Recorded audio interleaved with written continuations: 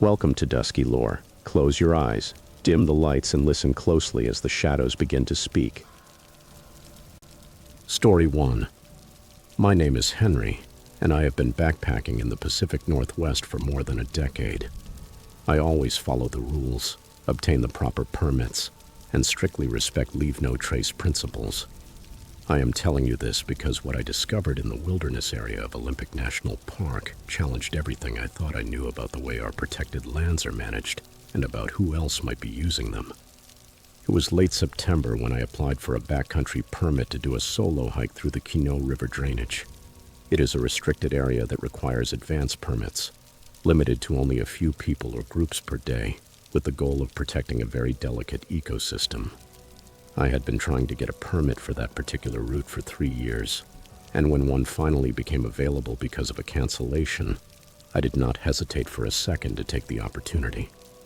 The permit was for 4 days and 3 nights, allowing me to go deep into old-growth forest and camp at designated sites within the backcountry area. I had researched the area thoroughly, studied topographic maps, and read reports from other hikers. Everything indicated that it would be a spectacular wilderness experience inside one of the most pristine forest ecosystems still remaining in the lower 48 states. I arrived at the ranger station on a Thursday morning to pick up my permit and receive the mandatory briefing before entering the remote area. The ranger who processed my documents seemed unusually serious as she went over the regulations with me. She emphasized several times that I had to camp only at the assigned sites, that the permit system existed to protect sensitive areas, and that I should immediately report any violations or strange activity to park authorities. When I asked her whether they had been having problems with unauthorized camps in the area, she hesitated before answering that they occasionally dealt with people entering restricted areas without permission. She advised me to stay aware of my surroundings and trust my instincts if something seemed out of place. I began my hike around 10 in the morning, following the established trail toward the Quinault River drainage. For the first few kilometers, the trail was well maintained and passed through second-growth forest before entering the true wilderness area, where ancient cedars and Douglas firs towered overhead. The forest had an almost cathedral-like silence, with rays of sunlight filtering through the canopy and illuminating patches of moss and ferns on the ground. My first designated campsite was located approximately 8 miles from the trailhead, beside a small stream that provided access to water. According to my permit, I was the only person authorized to camp in that drainage for the next 3 days. That solitude was precisely part of what made those permits so valuable and so difficult to obtain. I reached the planned campsite around 4 in the afternoon, with plenty of time to set up my tent and explore the surroundings before dark. The site itself was a small clearing next to the stream, with an established fire ring and a bear-proof food storage box. Everything looked exactly as the park materials had described. But when I started setting up my tent, I noticed something that unsettled me. There were signs of recent camping activity that did not match the official records. The fire ring contained fresh ashes and partially burned wood that could not have been more than a few days old. Even more concerning, I found tent stakes driven into the ground that had clearly been used recently, and the vegetation around the area showed obvious signs of human traffic. According to the permit system, no one should have camped at that site for at least 2 weeks.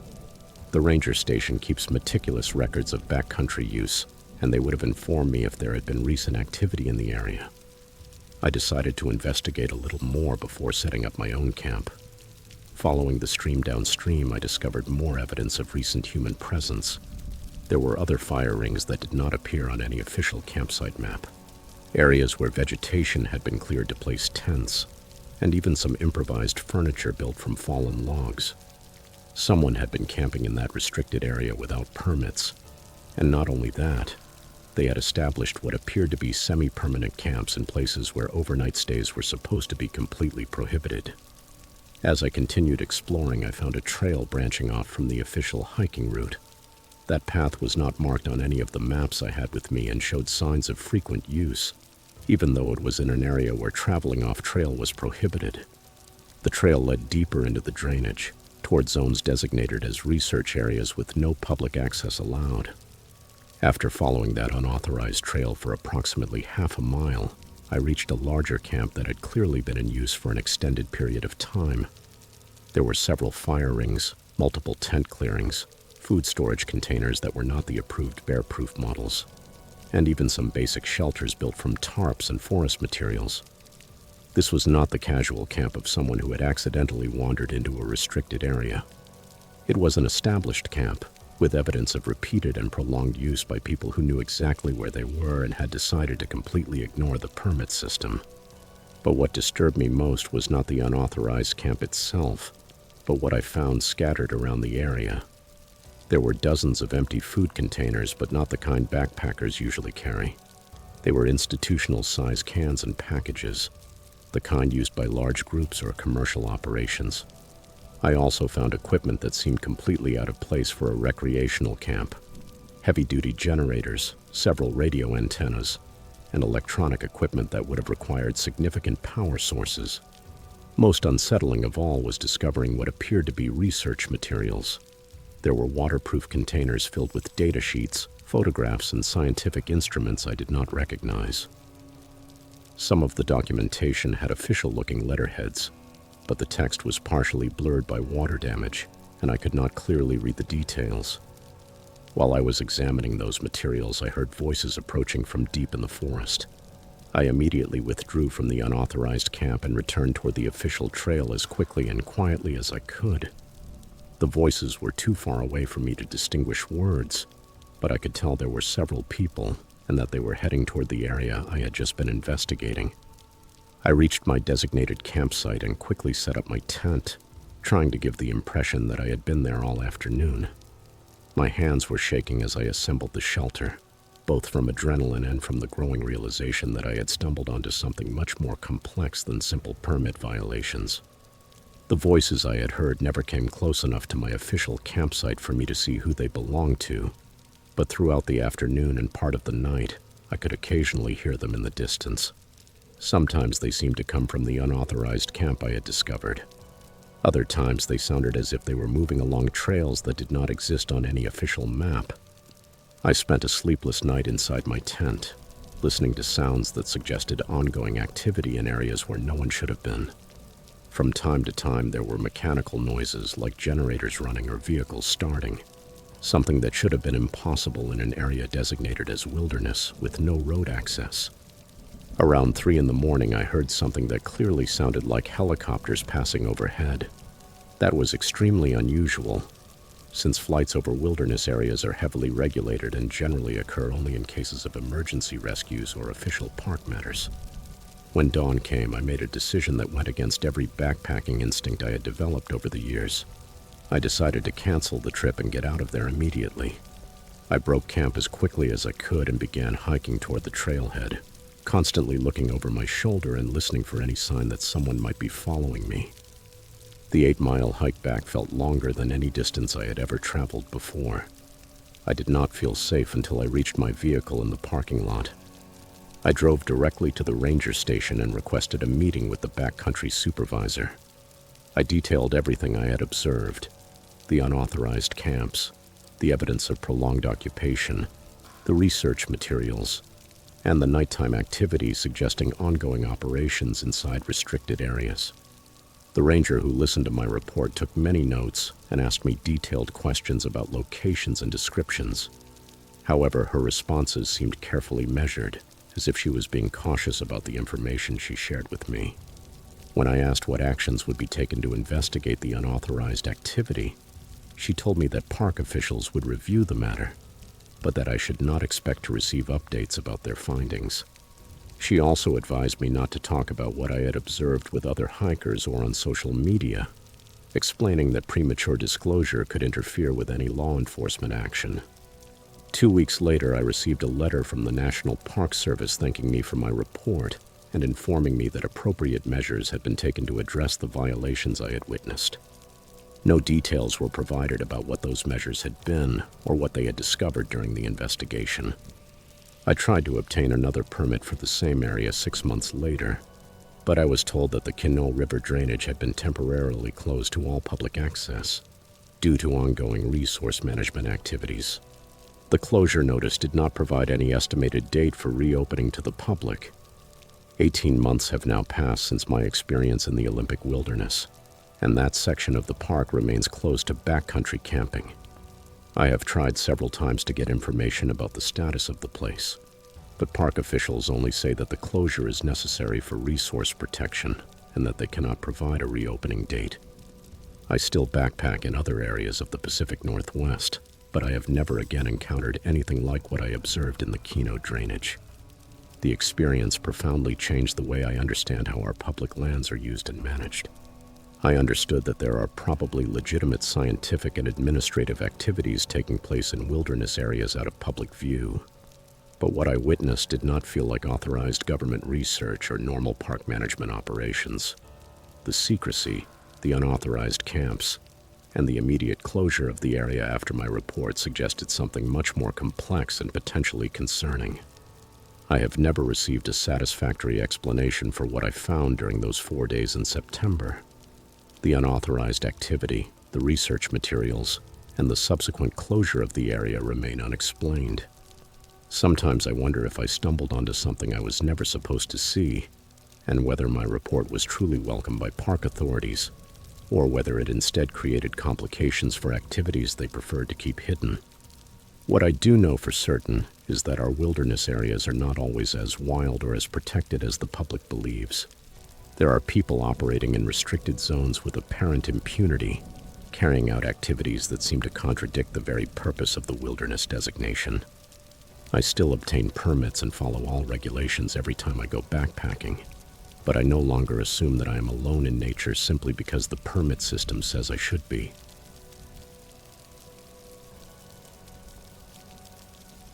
Story 2. My name is Evelyn, and what I am about to tell you happened during what was supposed to be a romantic anniversary getaway with my boyfriend Jack. We had been together for 3 years, and winter camping had become a shared passion. We were experienced cold weather campers and had already successfully completed expeditions in temperatures far below zero. But what happened to us that February night in the Boundary Waters, Minnesota, not only destroyed our relationship, but also my ability to trust my own perception of reality. Jack and I had planned that trip for months. February marked our 3rd anniversary, and we wanted to celebrate it somewhere special. In winter, the Boundary Waters canoe area wilderness transforms into a frozen, pure, untouched landscape that very few people ever get to experience. We had already camped there twice during the warmer months, but doing it in winter offered an entirely different kind of beauty and solitude. We drove from Minneapolis on a Friday afternoon, loaded with gear designed for extreme cold conditions. Our equipment list was extensive: a 4-season mountaineering tent, sleeping bags rated for temperatures down to -30 degrees, insulated sleeping pads, a portable winter shelter, and enough food for 4 days. We also carried emergency gear, including a satellite communicator, first aid supplies, and extra layers of clothing. When we reached the parking area, the temperature was -12 degrees Fahrenheit, with a wind chill dropping to -25. That was within our comfort range. We had camped in worse conditions and had full confidence in our skills and our gear. The weather forecast called for stable cold over the next 3 days, with no precipitation expected. We began skiing into the wilderness area around 3 in the afternoon, pulling our gear behind us on sleds designed for winter camping. The snow was deep and well packed, which made the skiing conditions excellent. Our destination was a small island located approximately 4 miles from the trailhead, a place we had researched in great detail and knew would offer good protection from the wind and flat ground for setting up the tent. The ski trip was perfect. We moved at a very good pace despite the weight of the sleds, and the scenery was breathtaking. The lakes were completely frozen, covered by a layer of snow that stretched untouched to the horizon. The silence was profound, interrupted only by the sound of our skis cutting through the snow and our breathing in the frozen air. We reached the planned campsite around 5:30, just as the sun was beginning to set. The island was exactly what we had hoped for, a small wooded area with several level spaces suitable for camping. We chose a site among a group of large pines that would protect us from the wind while still keeping us away from any dangerous dead branches that could fall from above. Setting up camp in those conditions required teamwork and careful attention to every detail.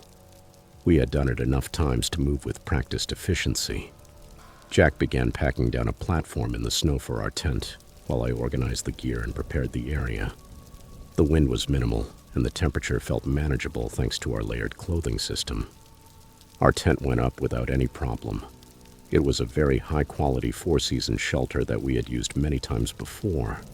We secured it with additional guy lines and snow anchors, making sure it could withstand any gusts that might come during the night. By 7, we had the camp ready and were heating water for dinner on our reliable winter stove. The night began perfectly. We cooked a hot meal, shared a thermos of hot chocolate, and spent a good while talking and enjoying the incredible night sky. At that latitude in winter, with no light pollution, the stars shone in a way that is impossible to describe. We could see the Milky Way clearly, and even the northern lights appeared briefly as green curtains dancing over the northern horizon. We retreated into the tent around 9, settling into our sleeping bags with books and headlamps. That had always been one of my favorite parts of winter camping. The cozy warmth inside the tent while the frozen world existed only inches away, on the other side of the thin fabric walls. Jack and I spoke softly about our plans for the next day and how grateful we were to be able to share experiences like that. The first sign that something was wrong came around 11. Jack suddenly sat up inside his sleeping bag and asked me if I had heard something.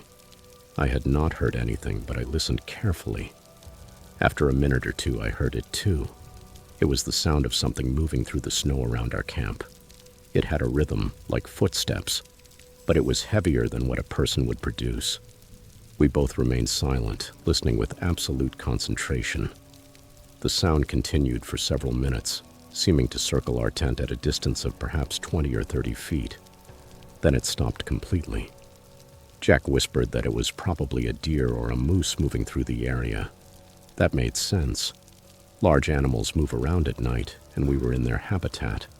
We had encountered wildlife on previous camping trips, and it had never been a problem. But there was something about the movement pattern that unsettled me. It was too regular, too deliberate, and it had definitely been circling our camp, which is uncommon behavior for most animals. We settled back in, but neither of us could fall asleep easily. Every small sound seemed amplified by the cold air. The normal creaks and settling of the tent in the wind sounded threatening. Even our own breathing seemed too loud in the middle of that stillness. Around midnight, our stove failed. We had been using the same stove for 2 years without any problems. It was a high-quality winter model, designed specifically for cold weather conditions. But when Jack tried to light it to melt snow for drinking water, it did not work properly.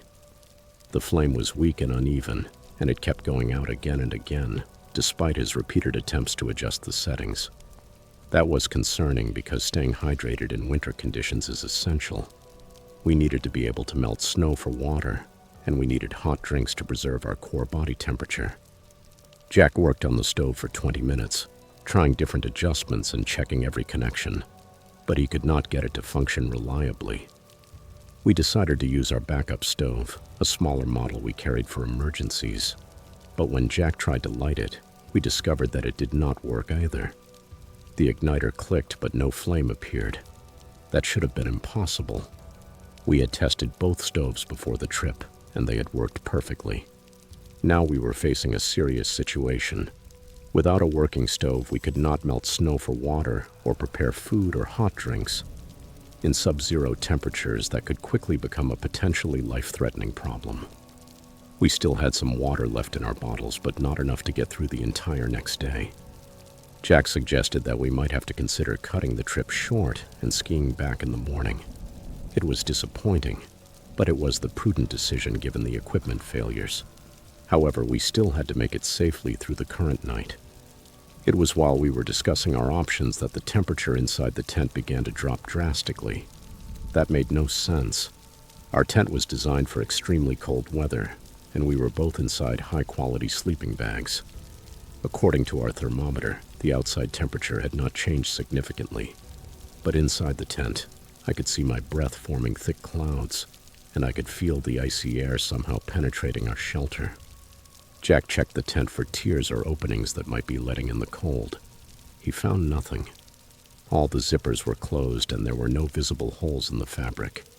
Even so, the temperature continued dropping, We put on additional layers of clothing and tightened the sleeping bags more closely around our bodies, but the cold seemed to seep through everything.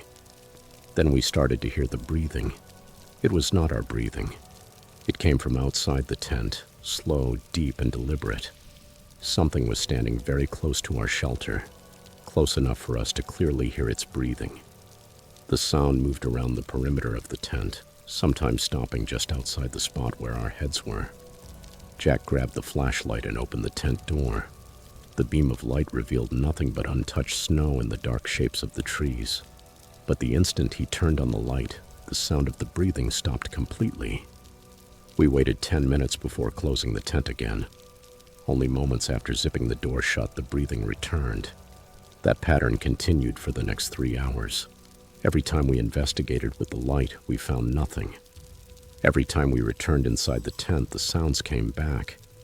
Sometimes the breathing was accompanied by other noises, the sound of something large moving through the snow, occasional scraping against the tent fabric, and once something that clearly sounded like sniffing, as if something were trying to identify our scent.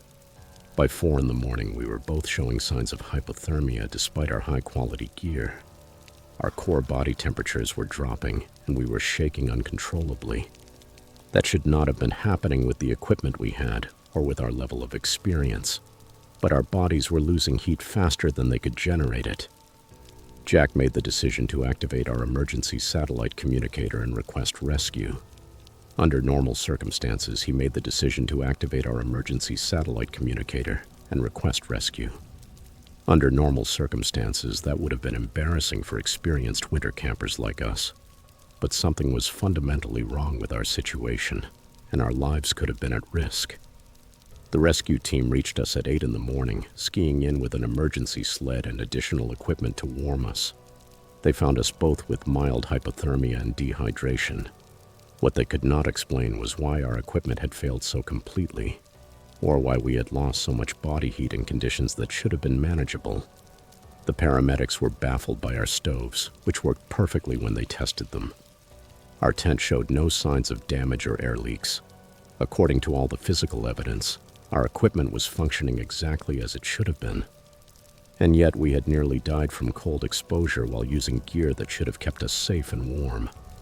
The rescue team skied us out to the parking area, where we were evaluated by medical personnel and discharged after warming up and rehydrating. Physically, we recovered completely within a few hours. Psychologically, the damage was permanent. Jack and I never camped together again. We tried to talk about what happened, but we were never able to agree on an explanation. He believed it had been a combination of equipment failure and panic that had caused us to overreact to normal winter camping challenges. I knew something had been stalking us that night, something that had deliberately sabotaged our equipment and had systematically tried to push us into hypothermia. Our relationship ended 2 months later. Some experiences reveal fundamental differences in the way people perceive reality. And what happened to us in the Boundary Waters was one of those experiences. I never went winter camping again. The memory of that breathing in the darkness and the certainty that something had tried to kill us through cold and fear forever changed my relationship with the wilderness.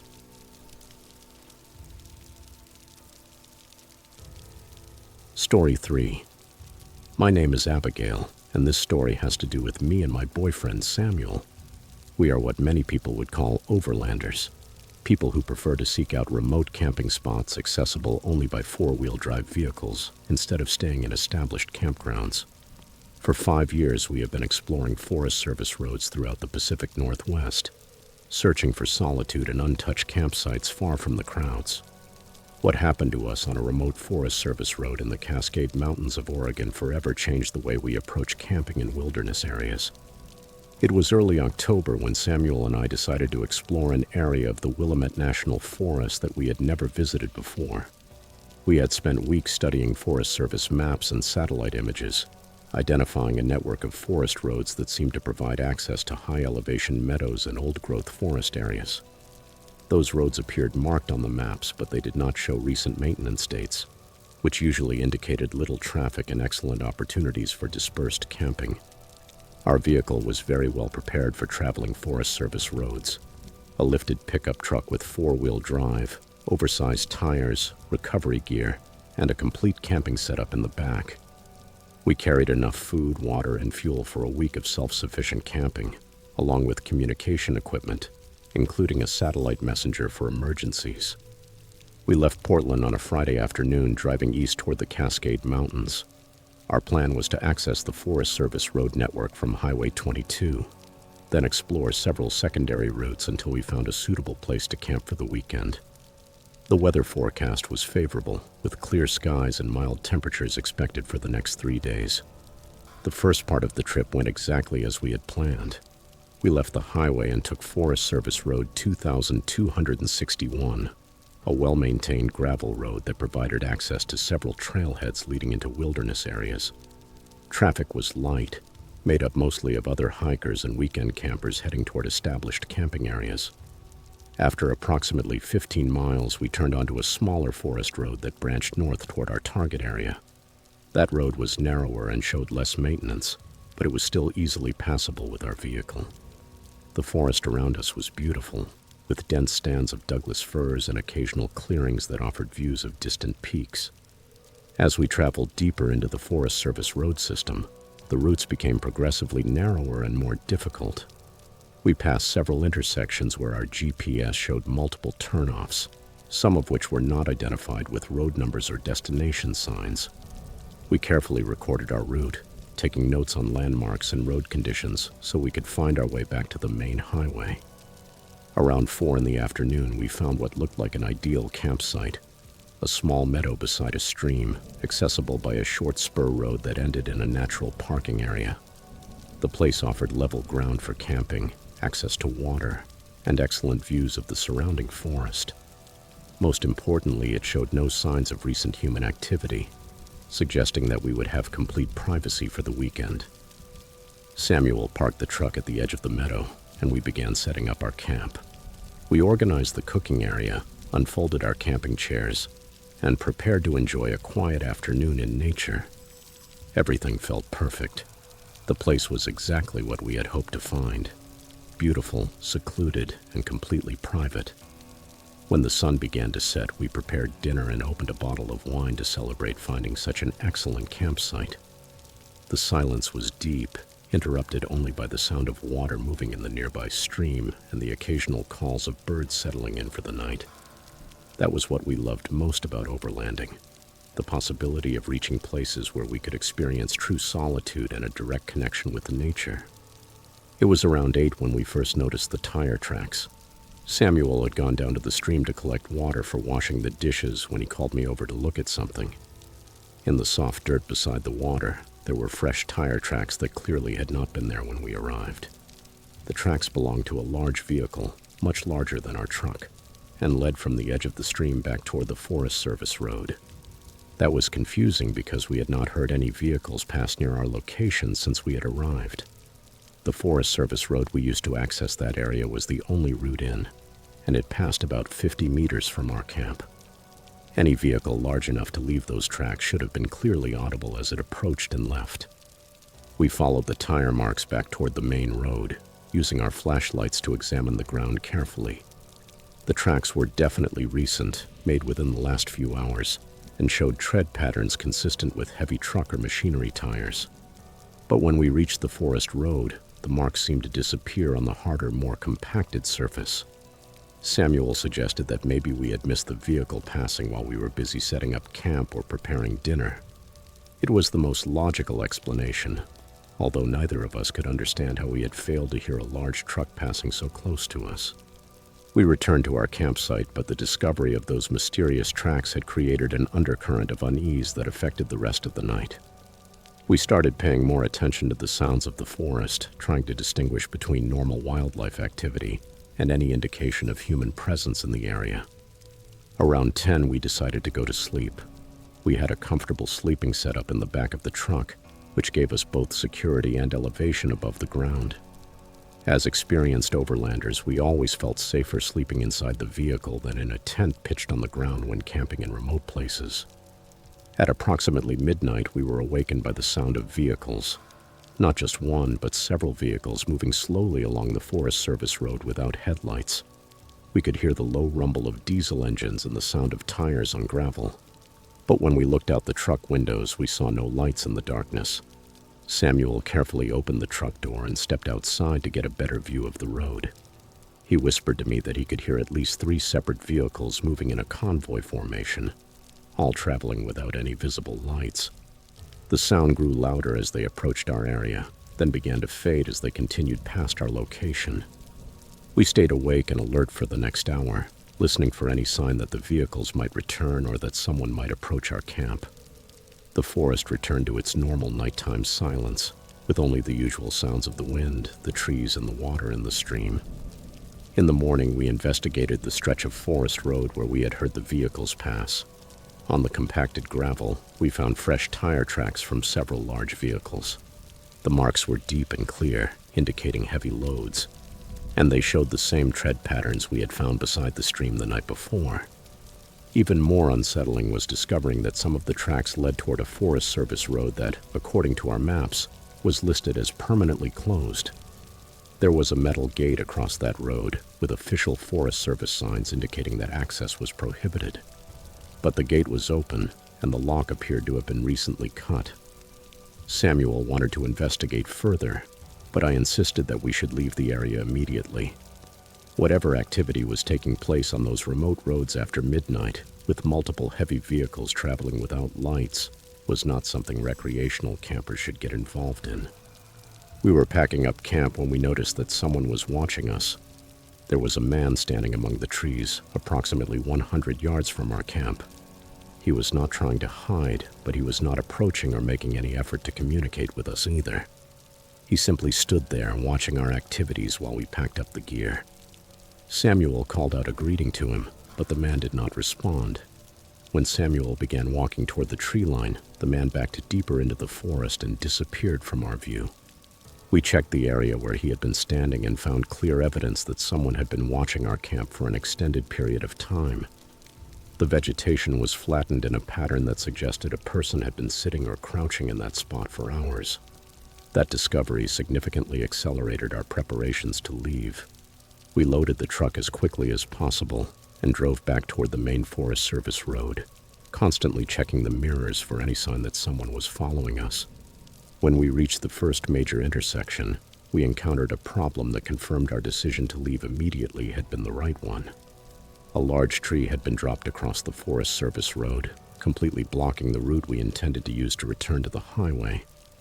The tree had clearly been cut recently, since the sawdust was still fresh and the cut showed obvious chainsaw marks.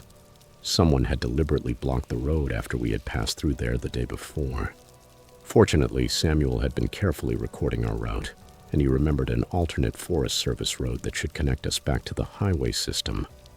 However, that alternate route forced us to drive deeper into the area where we had observed the mysterious vehicle activity during the night. We had no choice but to take that road.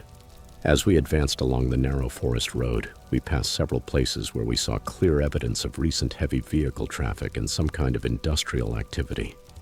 There were areas where vegetation had been cleared, deep tire ruts in soft ground, and even some temporary structures that looked like equipment storage facilities. The most disturbing thing was that we passed 2 places where armed men dressed in civilian clothing were stationed beside the road. They made no attempt to stop us, but they watched our truck closely as we passed, and I had the distinct impression that they were recording our license plate number.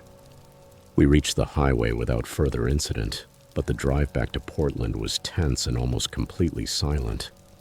Both Samuel and I felt that we had accidentally stumbled onto some kind of illegal operation, and we were not sure what steps we should take. After discussing it for a long time, we decided to report our observations to the Forest Service. We contacted the district ranger office and described the blocked road, the evidence of unauthorized vehicle activity, and the armed individuals we had encountered. The Forest Service representative we spoke with took detailed notes and thanked us for the report. However, when we asked what kind of investigation would be carried out, we were told that the information would be forwarded to the appropriate authorities, but that we should not expect to be contacted for follow-up. Samuel and I still explore Forest Service roads throughout the Pacific Northwest, but we have never returned to that area of the Willamette National Forest. We also changed our camping practices, incorporating more careful research about recent reports of activity in the areas we plan to visit, and paying much closer attention to signs that certain places may be used for purposes other than recreation. The experience taught us that remote Forest Service roads are not always as uninhabited as they appear on maps, and that activities take place in our national forests that recreational users are not meant to witness.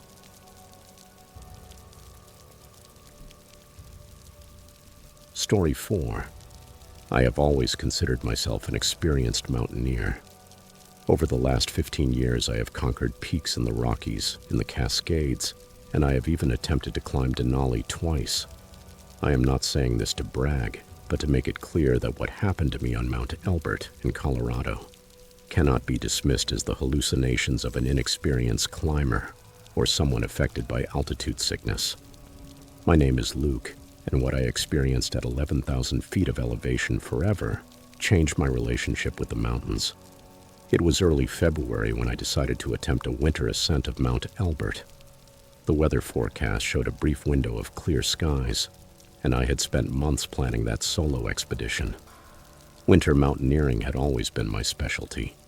There is something deeply peaceful about the silence of snow-covered summits, about the way the world becomes muffled, pure, and untouched. I had already successfully completed winter ascents before, including several 14ers in similar conditions. This should have been routine.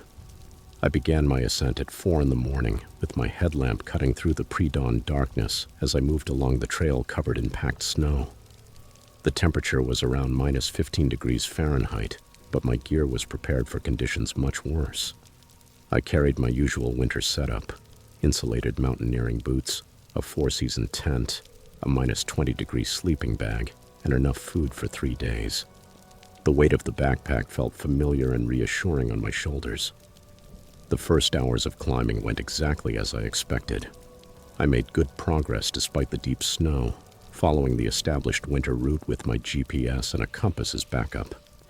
The sun rose behind the eastern peaks, tinting the snow with brilliant shades of orange and pink. It was the kind of morning that reminds you why you seek these experiences, why you push your body to the limit in search of something almost transcendent. By midday, I had reached the tree line, approximately 10,000 feet. That is where the landscape changes from forested slopes to the harsh, wind-scoured terrain of the alpine zone. The temperature had dropped another 10 degrees, and the wind had increased considerably. I stopped to add another layer of clothing and check my position. According to my GPS, I was making very good progress and should reach my planned campsite well before nightfall. The area where I planned to camp was a small, relatively protected spot at 11,000 feet. It was still below the summit, but high enough that the final push the next morning would be manageable. I had researched that point very carefully, studying topographic maps and reading reports from other winter climbers. It offered some protection from the prevailing winds while still maintaining access to the route toward the summit. As I continued climbing, the terrain became increasingly demanding. The snow was deeper than expected, and at times reached above my knees even while I was using snowshoes. Every step required deliberate effort, and I could feel my heart rate elevated from the combination of physical exertion and altitude. But that was normal. That was what I had trained for. I reached the site where I planned to camp around 3 p.m, with enough time to set up camp before darkness fell. The place seemed perfect, a small depression on the mountainside that offered protection from the wind, with relatively level ground for placing my tent. The snow was compact enough to support my weight without needing too much digging. Setting up camp at altitude and in winter conditions is a methodical process that cannot be rushed. I began by packing down a platform for the tent, then carefully assembled the structure, making sure every stake was firmly fixed and every guy line properly tightened. The wind was steady but manageable, producing that familiar whistle as it moved over the exposed ridges above me. When the sun began to disappear behind the western peaks, I finished setting up camp and prepared dinner on my compact stove. The routine of melting snow for water, heating my food, and organizing my gear for the night gave me a sense of normalcy and control. I had done that dozens of times before. Nothing seemed out of the ordinary. Darkness fell quickly at that altitude, as it usually does in the mountains during winter. I got into the tent around 7, settling into my sleeping bag with a book and my headlamp. Outside, the wind kept its steady rhythm, with occasional gusts strong enough to make the tent walls flex. It was expected, and I was not worried. It was around 9 when I heard the sound for the first time. At first, I dismissed it as wind moving between rock formations, or perhaps snow settling. It was a low, resonant tone that seemed to come from somewhere above my position. But as I listened more carefully, I realized that the sound had a pattern. It rose and fell in pitch, sometimes for several seconds, then stopped completely before starting again. I unzipped the tent and looked outside. The night was clear, with stars shining intensely in the thin air. The moon was almost full and cast enough light for me to clearly see the surrounding terrain. Everything seemed normal. The sound had stopped.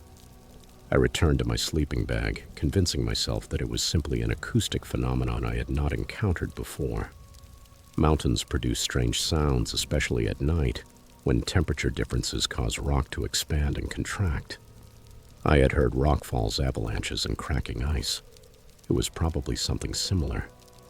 But the sound returned an hour later, and this time it was closer. The tone was now deeper, more vibrant, and seemed to be moving. It began from one direction and then shifted toward another, as if the source were circling my camp. I grabbed my headlamp and went outside again, examining the area systematically. The beam of light reached perhaps 50 meters in the clear air, illuminating only snow and rock formations. The sound stopped the instant I turned on the light. I remained standing outside the tent for 15 minutes, listening and watching. Around me were the normal sounds of a night in the mountains, the wind passing over stone, the occasional creak of settling snow, the distant hoot of an owl from far below the tree line. But that strange resonant tone did not return while I was outside. I went back inside, but sleep became impossible. Every few minutes the sound returned. Sometimes it seemed to come directly from above my position, as if something were moving along the ridgeline over my head. Other times it seemed to originate in the valley below, rising like an echo up the slope in a way that made it impossible to determine its exact location. Around midnight, the pattern changed. Instead of the long, sustained tones, I began to hear something that sounded like voices. Not words I could understand, but clearly vocal sounds, with the cadence and rhythm of speech. There were multiple voices, sometimes overlapping, sometimes responding to one another in something that resembled a conversation. That was when my rational mind began to struggle to process what I was experiencing. I knew I was alone on that mountain. The winter climbing season meant very few people attempted those peaks, and I had not seen any other vehicles at the trailhead. The nearest maintained trail was miles away, and the terrain between my position and any other possible camping area was extremely difficult to travel, especially at night. But I was hearing voices. I forced myself to consider logical explanations. Sound travels strangely at altitude, especially in cold, thin air.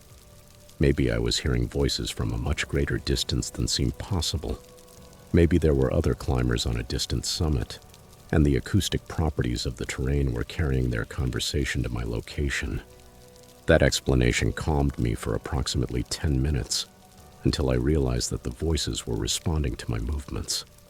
When I changed position inside the tent, the voices stopped. When I stayed still, they began again. When I unzipped the tent to look outside, the silence was immediate. When I returned inside, the conversation started again after a few minutes. By 2 in the morning, I was questioning my own sanity. I had been at altitude for more than 12 hours, which was not enough to cause severe altitude sickness.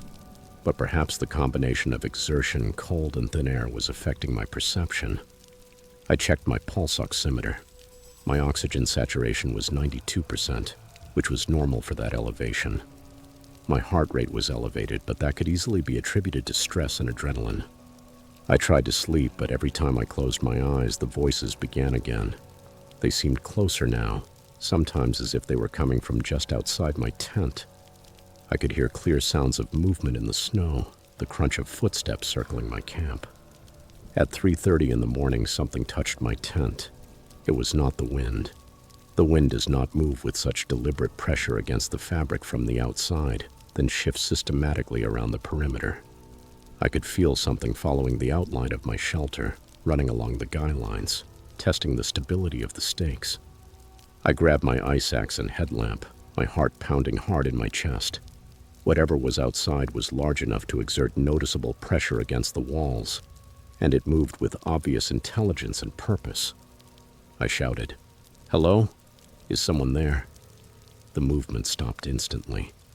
I waited in absolute silence for 5 minutes before slowly unzipping the tent. The beam of my headlamp revealed untouched snow around my camp.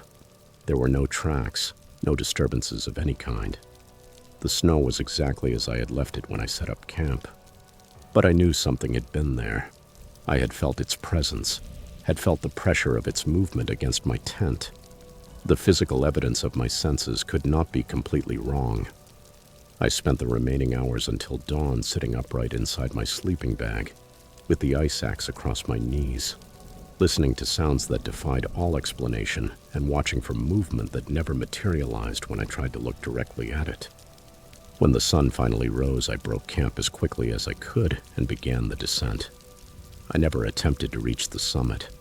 I never returned to winter mountaineering. Some experiences change you in a fundamental way, and what happened to me at 11,000 feet on Mount Elbert was one of those experiences. I still do not know what I encountered that night, but I know it was real, and I know it was not human.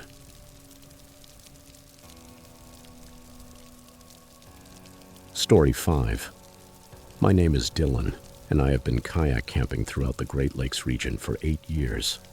I am an experienced paddler, and I have completed solo expeditions across Lake Superior, Lake Huron, and Lake Michigan. I know the challenges of kayaking on the Great Lakes well: the sudden changes in weather, the cold water temperatures, and the isolation that comes with camping on remote islands located dozens of miles from shore. But what I experienced on a small island in northern Lake Michigan during a solo expedition last summer was unlike anything I had encountered in all my years of paddling in wild areas. I had planned a 10-day kayak expedition, completely alone, along the northern shore of Lake Michigan. My intention was to island hop among several small, uninhabited islets that offered primitive camping opportunities. Those islands are only accessible by boat and receive very few visitors because of their remote location and the demanding crossing required to reach them. My route was carefully planned to take advantage of good weather windows and to include escape options in case conditions became dangerous. I carried a full set of safety equipment, including a satellite communicator, marine radio, signal flares, and cold water survival gear. My kayak was loaded with food for 10 days, camping equipment, and drinking water. The first 3 days of the expedition went perfectly.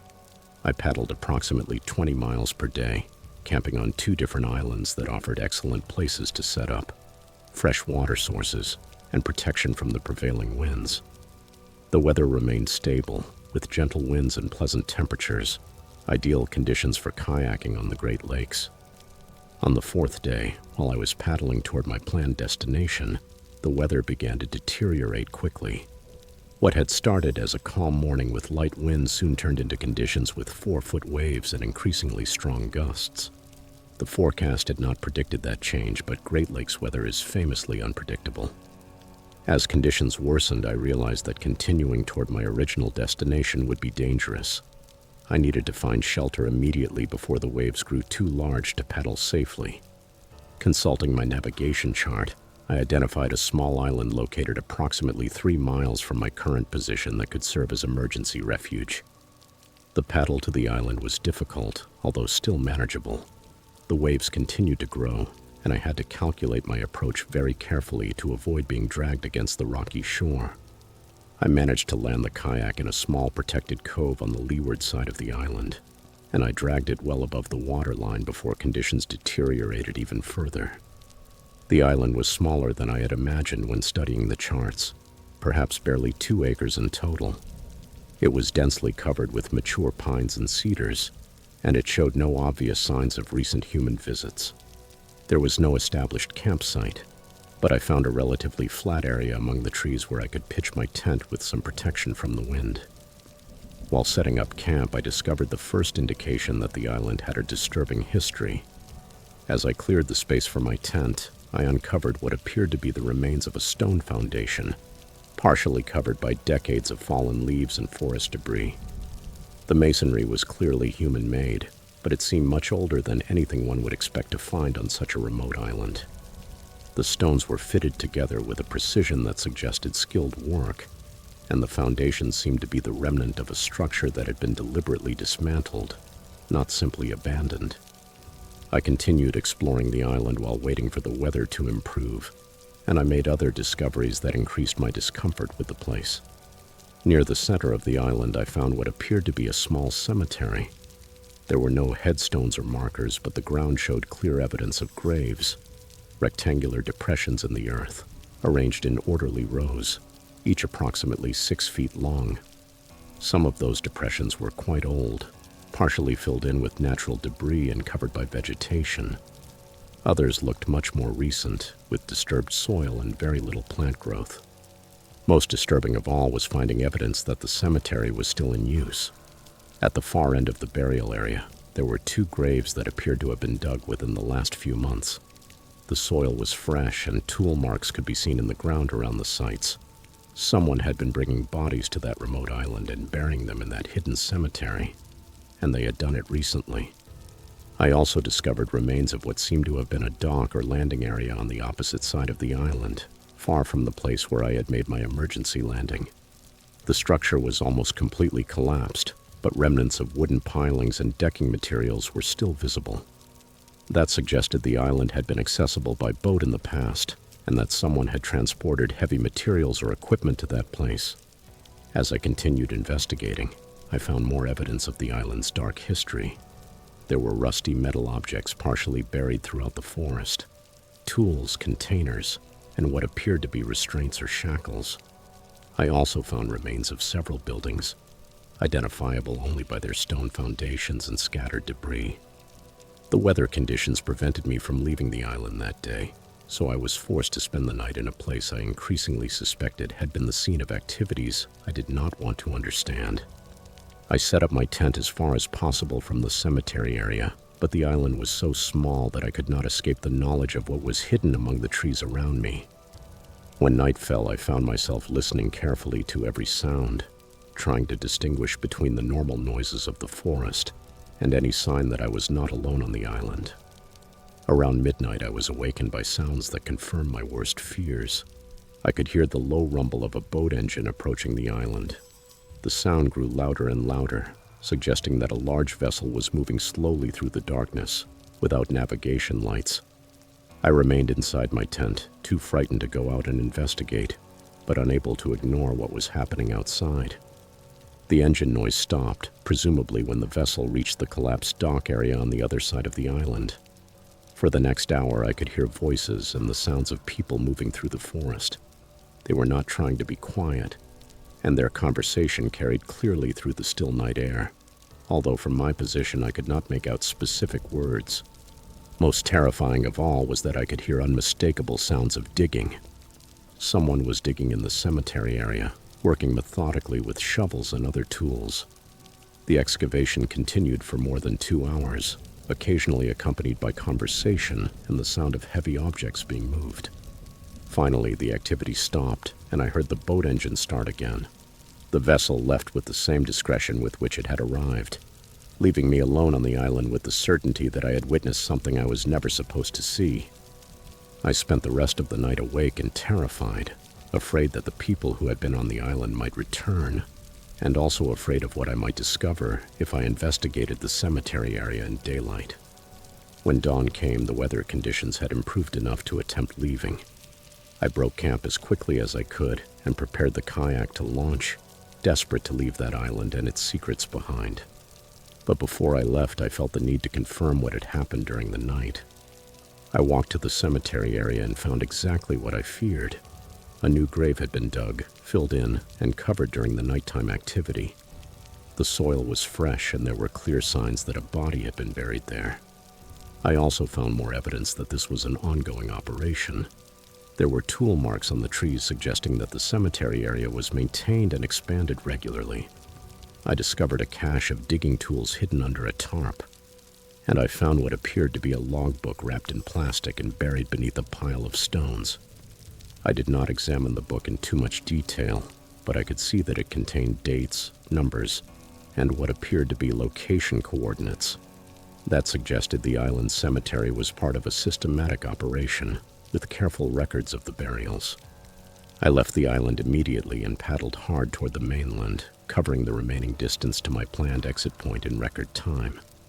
The crossing was difficult because of the residual swell from the previous day's storm, but I was driven by an overwhelming need to reach civilization and report what I had discovered. When I reached shore, I contacted the local police and provided a detailed account of my observations. The officers who took my report seemed skeptical at first, but they showed more interest when I gave them the exact GPS coordinates of the island and described the evidence I had found. They told me that my report would be sent to the appropriate authorities and that an investigation would be conducted. But they also advised me not to speak publicly about my observations while the investigation was ongoing. Several weeks later, I received a brief communication informing me that authorities had visited the island and found evidence supporting my report. They gave me no details about the actions taken or what they discovered during their investigation. I have continued kayak camping throughout the Great Lakes, but I have never returned to that area of Lake Michigan. The experience profoundly changed my understanding of how remote islands can be used by people who prefer to carry out their activities away from public scrutiny. I understand that there may be legitimate explanations for part of what I observed, but the combination of the hidden cemetery, the burial activity during the night, and the systematic record-keeping suggested something far more sinister than simple illegal dumping or abandoned property.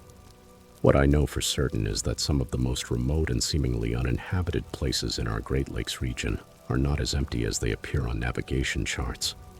There are people who use those isolated sites for purposes they prefer to keep hidden from the general public, and recreational paddlers like me can accidentally stumble into situations that put us in danger.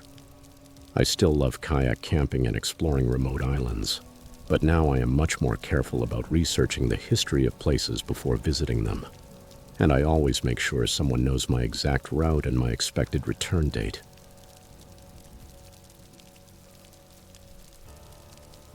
Story 6. My name is Elizabeth, and I have been practicing alpine climbing in Colorado for 12 years. I am an experienced mountaineer, and I have reached the summit of more than 30 mountains above 14,000 feet, including several technical winter ascents.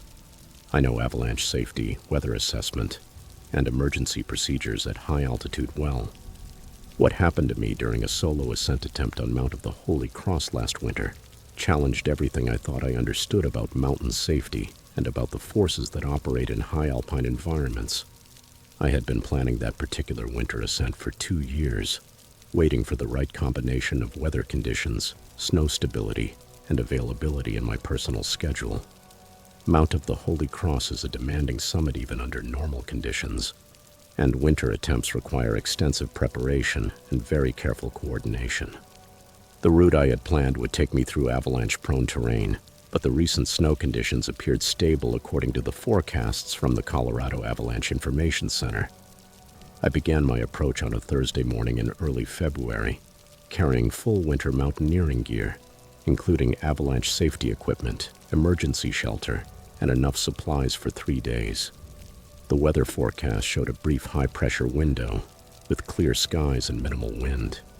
These were ideal conditions for attempting a winter summit. The first day of climbing went exactly according to plan. I established a high camp at approximately 11,000 feet, well above the tree line, in a place that offered some protection from the prevailing winds while also avoiding known avalanche paths. The afternoon was clear and calm, and all weather indicators suggested stable conditions for attempting the summit the next day.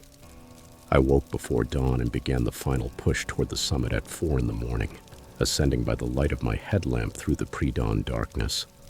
The snow conditions were excellent, firm enough to support my weight without requiring excessive energy expenditure. I made good progress along the standard winter route, carefully avoiding areas where avalanche danger might be higher. When the sun rose, I could clearly see the entire route ahead of me. The snow appeared stable across the avalanche zones I would have to cross, and there were no obvious signs of recent activity or unstable conditions. Everything indicated that my assessment had been correct and that reaching the summit could be done safely. It was around 9 in the morning when I began to perceive the warnings. I cannot describe those warnings as sounds or voices in the conventional sense, but I was receiving clear mental impressions that I should not continue climbing.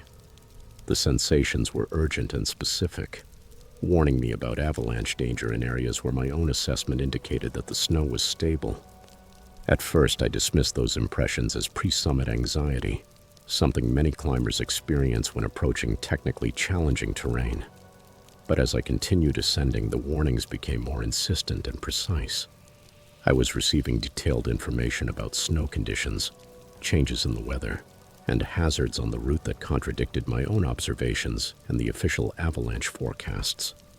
The warnings told me that I was entering an avalanche zone where the snow was much less stable than it appeared, and that if I continued, I would be caught in a massive slide that would occur within the next few hours. I stopped and performed a thorough snow stability assessment, digging test pits and carefully examining the layers. Everything I observed confirmed that the snow was stable and that the avalanche risk was minimal. The layers showed good cohesion with one another.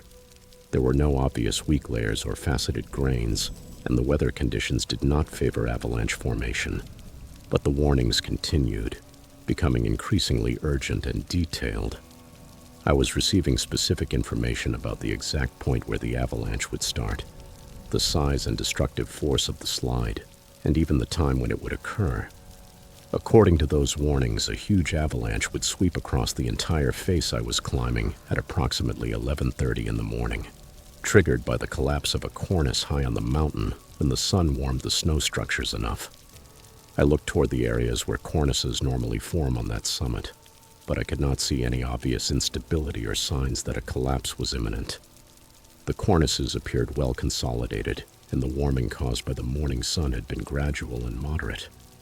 Despite the fact that my rational assessment told me those warnings had no basis, I found myself unable to continue climbing. The mental impressions were so intense and specific that they overrode my technical knowledge and experience. Against my better judgment, I decided to retreat from the mountain and abandon the summit attempt. I began descending immediately, moving as quickly as safety allowed while maintaining proper climbing technique. As I moved back, the warnings gradually diminished in intensity, although I continued to receive the impression that I needed to move faster and get out of the avalanche zone as soon as possible. I had descended approximately 500 feet when I heard the sound that confirmed the accuracy of those warnings. High above my position, there was a sharp crack, followed by a low rumble that quickly transformed into a roar. A huge cornice had collapsed exactly where and when the warnings had indicated it would, triggering an avalanche that descended across the entire face I had been climbing just minutes earlier. The avalanche was gigantic, much larger than the current snow conditions should have produced. It dragged thousands of tons of snow and debris down the mountainside, completely covering the route I had been following and extending far beyond the typical avalanche zones for that summit. If I had continued climbing according to my original plan, I would have been directly in the path of the avalanche when it occurred. The slide was so large and powerful that survival would have been impossible, regardless of my avalanche safety equipment or emergency procedures. I watched the avalanche from my safe position below the debris zone, stunned by its size and destructive power. In a matter of minutes, the entire character of the mountain had changed, with the avalanche depositing debris over areas that moments earlier had been clear climbing terrain. When the avalanche settled and the mountain returned to silence, I understood that I had been saved by warnings from a source I could not identify or explain. The information I had received was completely accurate and far more detailed than my own knowledge and experience could have provided. I completed my descent to base camp and hiked back to the trailhead, constantly replaying the experience and trying to understand what had happened. I had received specific and correct information about mountain conditions that proved to be true, despite contradicting every conventional assessment method. When I reported the avalanche to the Colorado Avalanche Information Center, the forecasters were surprised by its occurrence and magnitude. According to their analysis, the current snow conditions should not have produced an avalanche of that size. and there were no indicators suggesting that such a slide was likely. The avalanche was ultimately classified as an unusual event, caused by a combination of factors that were not apparent through standard snow stability assessment techniques. The cornice collapse that triggered the slide was attributed to subtle warming effects that could not be detected through normal weather monitoring. I have continued alpine climbing since that experience, but my approach to mountain safety changed fundamentally. I now pay attention to intuitive impressions and warnings that cannot be explained through conventional assessment methods, and I have learned to trust them even when they contradict my technical knowledge. I have spoken with other experienced mountaineers about this experience, and several have shared similar stories of receiving warnings or some kind of guidance that helped them avoid dangerous situations in the mountains. Those experiences suggest that there are sources of information about mountain conditions that operate beyond our normal understanding of weather, snow science, and avalanche dynamics. I do not claim to understand the source of the warnings that saved my life on Mount of the Holy Cross, but I know they were accurate, and that following them prevented me from dying in an avalanche that, according to conventional prediction methods, should not have occurred. The experience taught me that mountain environments operate according to forces and patterns that current scientific knowledge does not fully understand, and that experienced climbers need to remain open to information that comes from sources beyond traditional safety assessment techniques. I still climb regularly on the high peaks of Colorado, but I approach each mountain with greater humility and respect for the unknown variables that can influence safety in high alpine environments. Mountains possess their own intelligence, and sometimes that intelligence communicates with those who are willing to listen. What I know for certain is that there are protective forces operating in mountain environments, forces capable of providing crucial safety information to climbers who find themselves in dangerous situations. Those forces saved my life, and I believe they continue to act for other mountaineers who face conditions that exceed their ability to assess them through conventional means. The avalanche on Mount of the Holy Cross was a reminder that mountains are far more complex and unpredictable than our current understanding suggests, and that survival sometimes depends on receiving and acting on information that comes from sources we cannot identify or explain.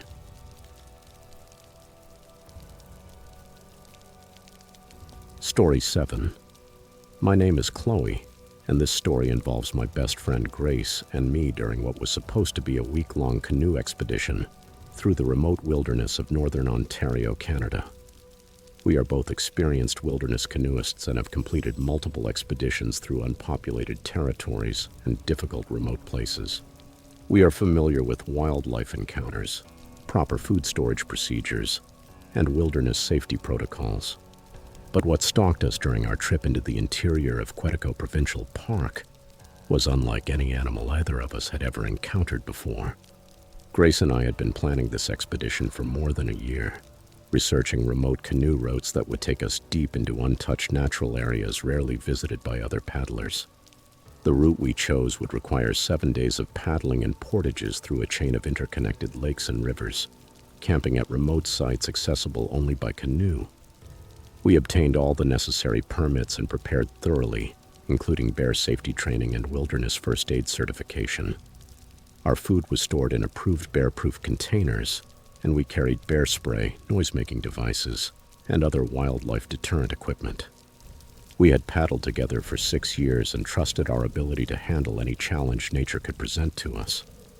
We began the expedition on a Monday morning in late August, launching the canoe from a remote access point reached only after driving 2 hours on logging roads. The weather was perfect, with clear skies and calm water, ideal paddling conditions. Our canoe was loaded with 7 days of food, camping gear, and safety equipment, but we had packed efficiently, and the weight was manageable. The first 3 days of the expedition were exactly what we had hoped for. We paddled through pristine wilderness areas, camped at beautiful and secluded sites, and encountered normal wildlife, including moose, beavers, and several species of birds. The signs of bears we observed were minimal and appeared old, suggesting little bear activity in the area. On the 4th day, we paddled into a large lake system that marked the most remote section of our route. According to our maps, we were more than 20 miles from the nearest road access, surrounded by hundreds of square miles of continuous, untouched wilderness. The lake was beautiful, but somehow it felt different from the waters we had been traveling through. It felt more isolated, more wild, and strangely silent despite its size. That afternoon, we set up camp on a small island near the center of the lake. The site offered excellent views in every direction and would allow us to detect any animal approaching long before it could reach our location. We followed our usual routine. We set up camp, hung our food at the required distance and height, and prepared dinner before darkness fell. It was during a dinner preparation that we first noticed something was wrong with the behavior of the local wildlife. The normal sounds of an evening in the wilderness were absent. There were no loons calling, no beavers splashing, no birds settling in for the night. The silence was so absolute that we could hear our own heartbeats, and the small sounds of our activities in camp seemed unnaturally loud. Grace commented that maybe we had arrived during a natural quiet period, but I had spent enough time in wilderness areas to know that this level of silence was unusual. Something had caused all the animals in the area to become inactive or leave entirely. We finished our dinner and our nighttime camp routine, but we both felt uneasy because of that unnatural stillness.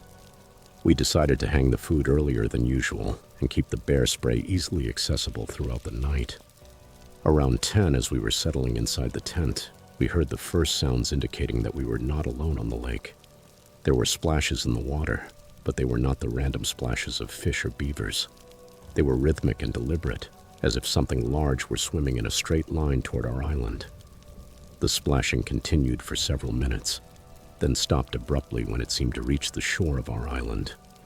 Grace and I remained silent inside the tent, listening carefully for any clue as to what had approached our camp.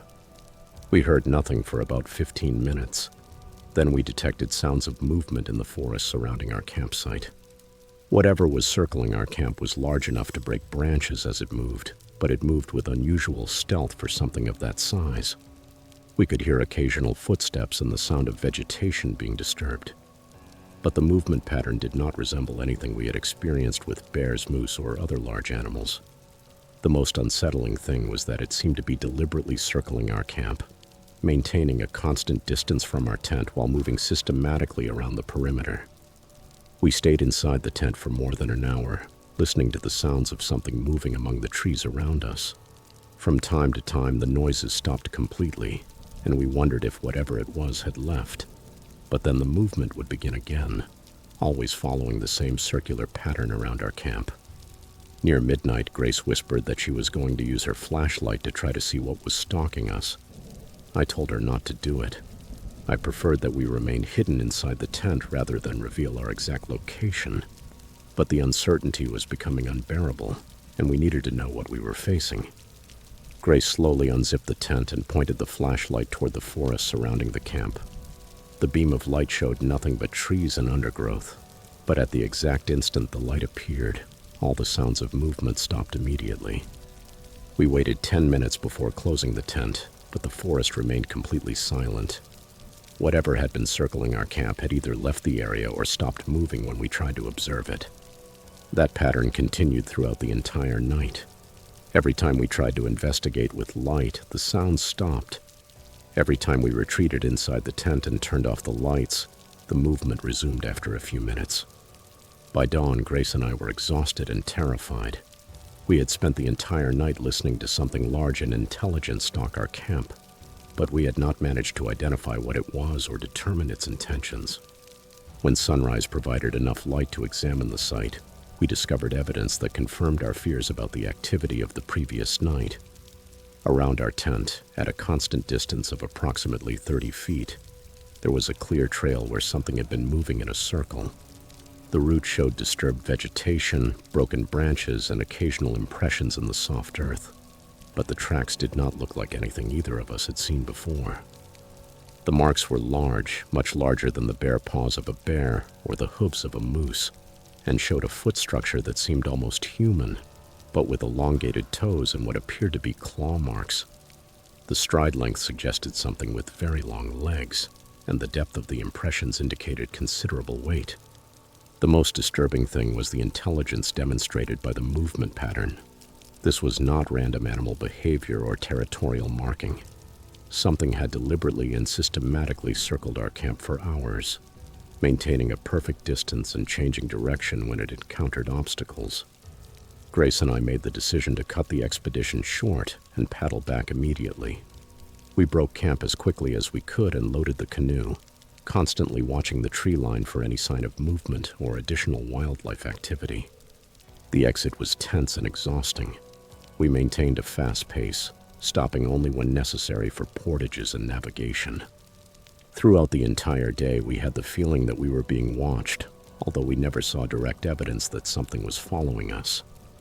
During one of the portages, Grace discovered additional tracks similar to the ones we had found at our camp. The marks went from the water's edge to the portage trail and then returned to the water on the other side. Something had been following the same route we were using, and it had been there recently. We completed the portage as quickly as possible and kept paddling, forcing ourselves to cover more distance than we had planned for a single day. By evening, we reached a lake system that was only one day of paddling from our exit point, but we decided to continue paddling through the night instead of camping in the wilderness again. Using our headlamps and following the GPS, we paddled through the darkness until we reached the last lake before our exit point. We made a cold camp on a small island, taking turns staying awake and watching for any sign that we were still being followed. The night passed without incident, and we completed the exit the next morning, reaching our vehicle and civilization with profound relief. When we reported our experience to park authorities, they listened carefully but offered no explanation for what we had encountered. They did point out that there had been other reports of unusual wildlife activity in the same area, including tracks that did not match known species and sightings of large animals that could not be identified with certainty. Grace and I still take canoe trips together, but we have never returned to that area of northern Ontario. The experience fundamentally changed our understanding of what exists in Canada's deep wilderness areas, and we now plan our routes more carefully to avoid areas with reports of unusual animal activity. What stalked us during those 2 nights was something that combined the size and strength of a large predator with intelligence and behavior patterns that seemed almost human. It demonstrated patience, systematic thinking, and an understanding of our routines that went far beyond the normal behavior of any animal. I do not know what species we encountered in the Quetico wilderness, but I know it was real and that it represented a considerable threat to our safety. The remote areas of northern Canada contain mysteries that do not appear in any wildlife management guide, and canoeists who venture into those places must be prepared for encounters that cannot be explained through conventional understanding of animal behavior.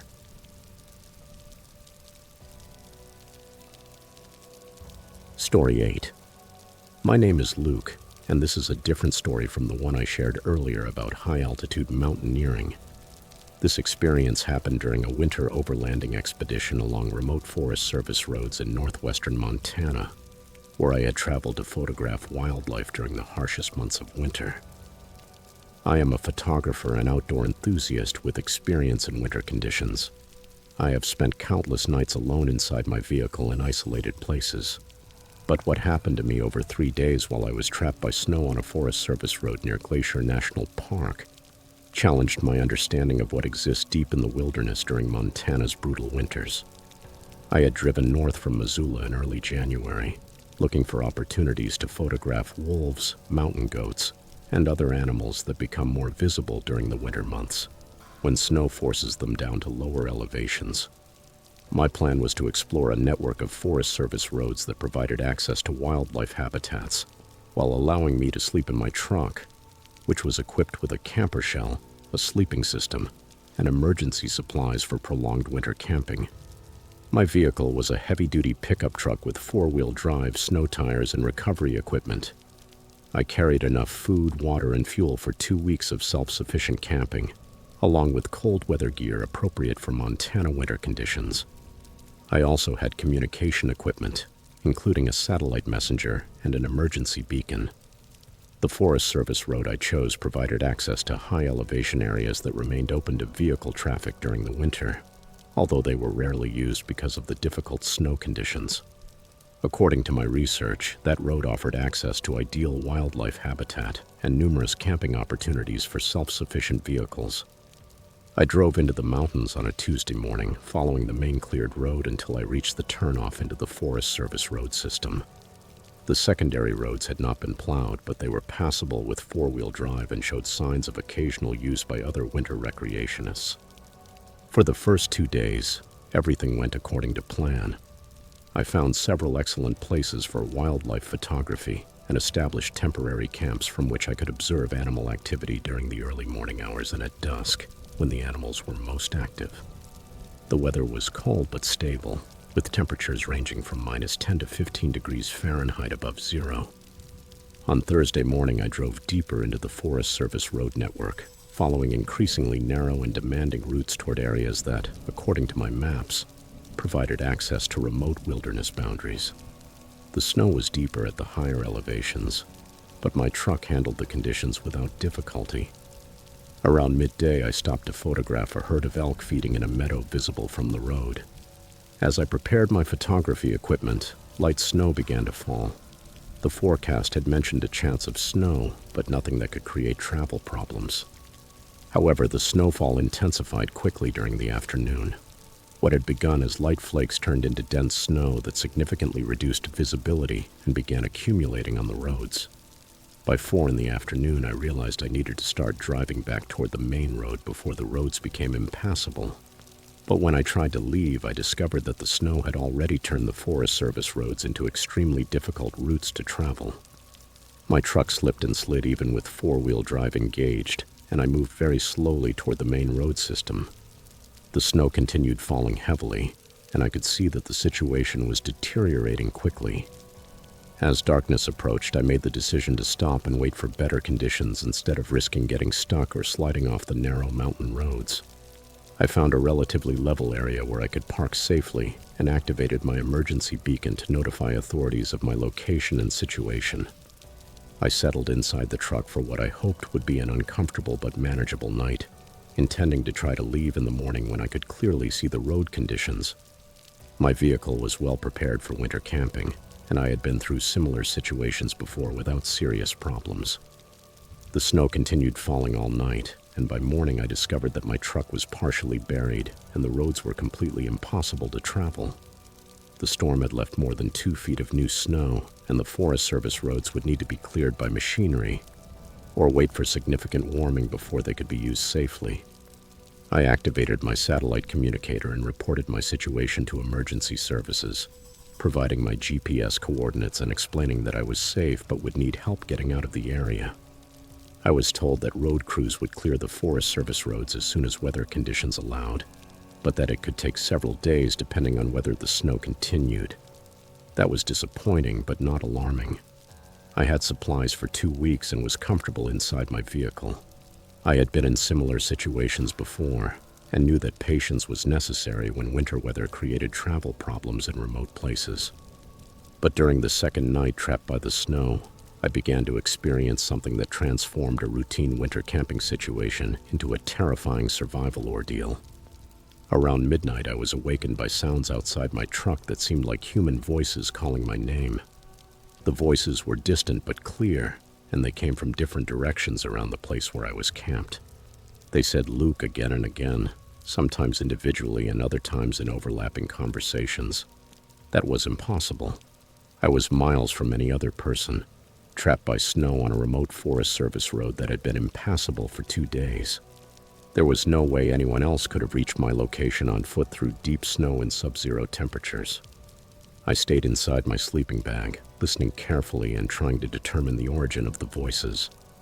They continued for approximately 20 minutes, sometimes seeming to come closer to my truck and other times fading into the distance. The voices sounded urgent, as if people were searching for me and calling for me to answer.